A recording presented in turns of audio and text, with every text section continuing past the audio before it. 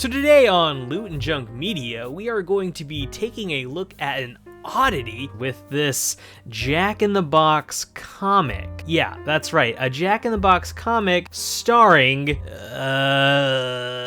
some celebrity, I guess. I really don't know who this is. Oh, he's the homeless man that lives in front of the Safeway I shop at. Yeah, that's who he is. So this comic was released back in 2022, back when you could get it online via the swag shop from Jack in the Box, some kind of website they have that sells merchandise. Do people still use the word swag?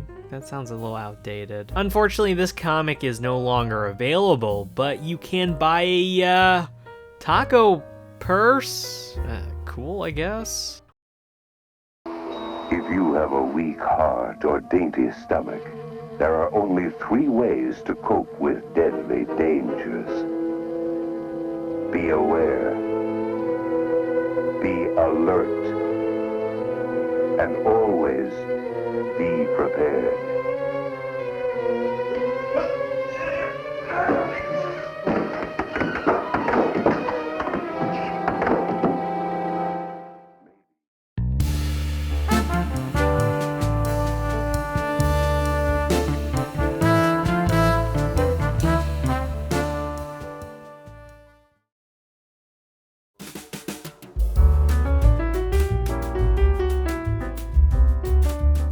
The cover itself features our boy Mark Hamilton donning his famous Jack-in-the-Box uniform. This artwork is actually done pretty nicely, with the drawing that accurately looks like our boy. I enjoy that they included things like the date and issue number nicely tucked in the upper corner here. It's supposed to represent a sort of classic comic book cover from something like the 1970s, which isn't surprisingly given that the content in this book takes place around that era. I guess we can call this a nice homage or something like that. Only thing missing, of course, is the approved by the Comic Code label. So this comic is not approved by the Comic Code Authority. Basically, I'm expecting full frontal nudity, but probably not the fun kind. Now, I might be reaching a little bit with the type design for the title, but it kind of reminds me of the He-Man font. If I'm not mistaken, Hamill voiced some character from the 2021 He-Man reboot. I'm not sure if this title design is a reference to that, but they both kind of have this 3D aesthetics, so I'm going to just assume because, you know, I have media literacy and all that jazz. I do want to note that this comic came to me pretty bent and cracked. I'm assuming that the people who shipped this free comic honestly didn't care to line it with some kind of protection. I mean, I get that it was a free comic and all, but come on now. Also, I can't confirm this, but I'm slightly convinced that this comic did in fact come from a real Jack-in-the-Box, because when I first got it, it smelled heavily of frying oil, which was kind of cool at first, but over time it actually started to make me a bit nauseous. Starring Mark Hamill and Jack Box. Wait, his last name is Box? That's really stupid. I think the art inside is actually done pretty fantastically. The artist does a good job balancing both warm and cool colors and using them appropriately to fit certain things. For instance, in the beginning, the colors surrounding our characters are all warm, utilizing oranges and red. These colors always seem to appear when our characters are at their best, but when the events in the comics turn a little sour, we're introduced to more cool blues and purples, which could highlight the sadness characters are feeling in the moment. Although as I'm saying all this, I'm realizing that I might just be projecting my own knowledge of color theory onto a comic book that was meant to sell hamburgers. So, okay, let's jump into this comic and talk a bit about the story. The story is of young Mark Hamill working at a Jack-in-the-Box during the 1970s, which I guess is a real thing. Please note, this story is based on quote-unquote true events. After joining Jack in the Box, Mark meets a young Jack. Wait a minute. Isn't Jack supposed to be like, I don't know, the founder of Jack in the Box? Why is he working as a manager in a Hollywood location? Wait, are they saying that he worked his way up to CEO? But isn't Jack in the Box called Jack in the Box because his name is Jack Box? Because he's a, you know, Jack in the Box? What? Anyway, Jack trains Mark in the Jedi skills known as flipping burgers, packaging and folding bags, sweeping. Not the leg, actual real sweeping. And of course, the power of egotism and celebrity circle jerking.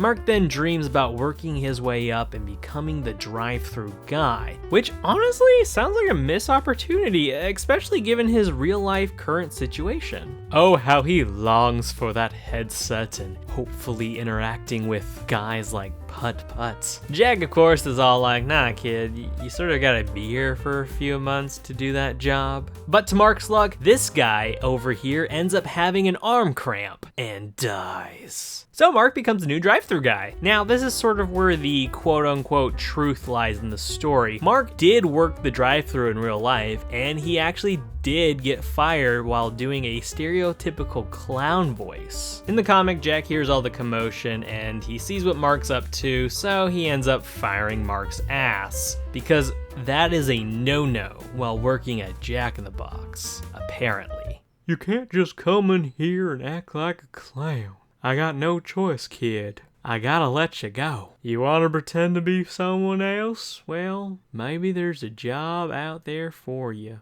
Oh wait, better job out there, whatever. And then Mark becomes homeless. And then he dies after performing for Skype. Long story short, this entire comic just ends up detailing both Mark and Jack's regret for their decision that night. You see, Mark misses Jack because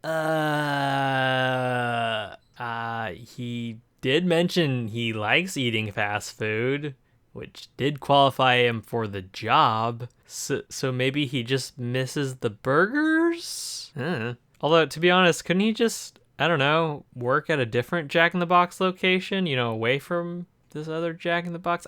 I doubt it's really hard to get a new job at Jack in the Box, I'm just saying. Now, Jack regrets firing Mark because I don't know, he misses Mark for some odd reason.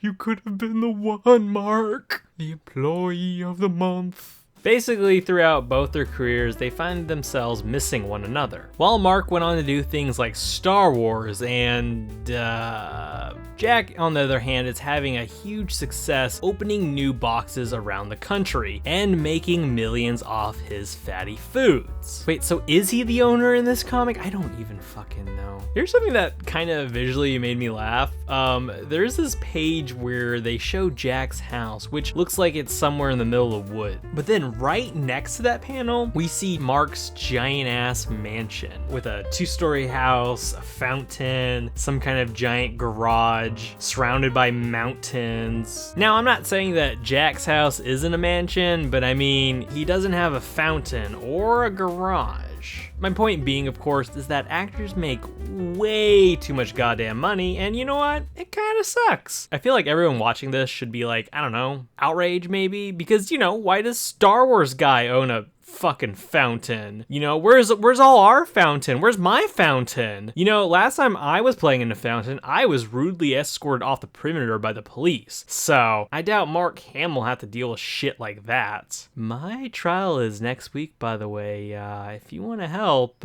give me money. I can't afford a lawyer. The comic ends with Mark and Jack reuniting, and it feels so good. To the point where upon seeing one another, Mark just rips his clothes off and reveals that he's been hiding his old uniform under his clothes this entire time. In fact, I'd go as far to say that Mark Hamill has been donning his old uniform for years. So next time you're watching Return of the Jedi, just think about what Mark's wearing underneath those Jedi robes. Wait, what? If you're anything like me, you're probably wondering, where's the corporate advertisement? Where did marketers stick their little grubby fingers on this comic? And I gotta admit, there's not a whole lot of advertisement in here. I was actually slightly disappointed. I mean, yeah, Jack is the mascot of the company, but that doesn't really scream product placement to me. I would argue it's more of a celebrity circle jerk for Hamill rather than an excuse to sell mini tacos. It's very centered on these two characters, and there's not a whole lot of ads in here. I mean, yeah, opening the comic does detail an epic, previously untold story of fate, friendship, and spicy chicken strips decades in the making. I mean, this opening is nowhere near as ridiculous as this KFC and DC comic crossover that spent an entire page detailing how Colonel Sanders makes his chicken. Although I will say that does not mean that this comic doesn't have any product placement. There is one page that's a bit random. Literally, we see Jack in his therapist's office randomly telling his therapist things like, "I've fed millions of people. I'm hoping 24 hours. Why am I giving him a country accent? I gave the world many tacos. I even bringing back spicy chicken strips and French toast sticks. Let's try a different approach. I'd like you to mark down any regrets." Mark! Regrets! That's it! The sad part is, though, this advertisement kind of works because, I mean, afterwards I was like, damn, I should go get some mini tacos. Well played, corporate America. Now, here's an interesting thing about this comic. It does seem like it's kind of connected to a string of Jack in the Box commercials that aired back in 2022 around the same time this comic came out. I believe the main commercial that really kind of kicked off this campaign featured Mark Hamill working the drive-thru while doing a stereotypical clown voice. And while he's doing this, these quote-unquote real people are having quote-unquote real reactions to Mark's ever so amusing antics. And then when they see it's Mark Hamill, they're all like, "Oh my god, it's Mark Hamill! We totally know who you are from Star Wars and shit." Let's be real, if this commercial aired like pre-Disney Star Wars, people wouldn't remember who Mark Hamill is. They'd see some old man and they'd be like, can we just get our chicken? Like, fuck off, dude." Here's another commercial that features Jack going up to Mark Hamill and asking him if he wants his old job back. Mark then, of course, rips off his clothes and goes to work with Jack. I'm assuming that this commercial is a prequel to this commercial, which is weird that there's prequels and commercials. Although what's interesting about this commercial is that it's basically just a retelling of the last pages from the comic, but with a different setting and dialogue. It basically has no lead up like in the comics. So who is this ad campaign aimed towards? Because honestly, I cannot see children being able to obtain this comic given that it was an online purchase only. I mean, I'm not saying kids don't steal their parents' credit cards and buy random shit online, but why would a kid go to Jack in the Box merchandise website just for a comic? I know it was free, but this website is something I doubt children care about. My main theory is that this was supposed to be aimed towards more comic book enthusiasts, or at least people who are super into pop culture geeky things. You know, the people who like read IGN and probably buy the latest Funko Star Wars or whatever shit. I'm assuming Star Wars fans could get a kick out of this because, you know, it's got Luke on the cover. He's got a headset and it's Luke, guys. Look, it's Luke. Maybe Batman fans would get a kick out of this. I don't know. He was the Joker. So I guess it's not uncommon for fast food to actually harp on the comic market. In fact, nerd culture and food just kind of go hand in hand, weirdly enough. So while making this video is being made around the same time Deadpool and Wolverine are releasing in theaters. And already I've actually been seeing Jack in the Box push a sort of promotion with Deadpool. There's been like commercials and I think even food items that are Deadpool related. I even picked up this DiGiorno pizza that's Deadpool themed. While the pizza did taste like ass, I will say it was kind of cool that the toppings were pineapple and olive, which is a reference to the first Deadpool movie. Although pineapple and olive together on a pizza does taste like shit. It's bad. It's not a good combo. I guess what I'm saying is that it's not super uncommon for geeky franchises to have some sort of crossover with the food industries. Although my issue though is that the idea of a comic book coming from a fast food company in this day and age is kind of stupid. I mean, I'm not saying that there's not a comic book market in the year 2024, nor am I saying that there wasn't during 2022, but I mean, comics are kind of a niche hobby and they're not so popular these days. I get when movies like Deadpool are coming out and these corporations want to cash in on the hype for the movie, but a comic book coming from a fast food company, that just seems dumb. My assumption is that Jack in the Box was really just trying to utilize the Funko method, where they just like will take popular character or actor and just stick them on shit, create hype, and have people buy the merch. But then again, this was a free Jack in the Box comic, so I can't really imagine Jack in the Box got any money off of this, nor did it increase sales of hamburgers. I guess I'm just kind of confused as to why this thing really exists. I mean, it doesn't seem like an effective advertising catalyst, nor does it even make the company any money. So what was the point? I don't know, maybe if Jack in the Box made a Jack in the Box manga, then there'd be some kind of audience. I'm saying that because manga is like crazy popular these days. Case in point, here's some footage from Barnes & Nobles I took recently. As you can see, here's the comic section. Well, not small per se, but let's compare that to this. Yeah, this is the manga section. It's literally wall to wall to wall with mangas. They even added an extra shelf for some, I don't know what those, I think they were like books with manga covers. What's funny about this particular Barnes & Nobles is that they actually spent months renovating that section of the store just for mangas, while they just shove the comic sections onto whatever random nearby shelf. I'm just saying, there's more of a manga audience these days than there is a comic book audience.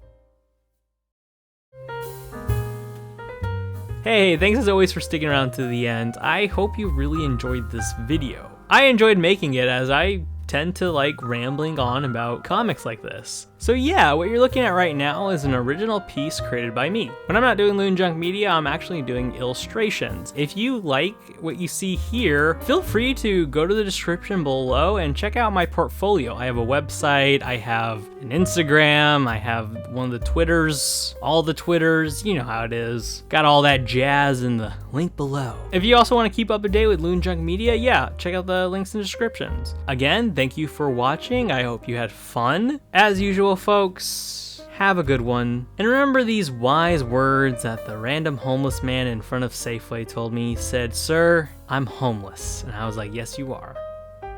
Please go away from me." I don't know where I'm going with this bit. Hi, bye, fuck me, bye.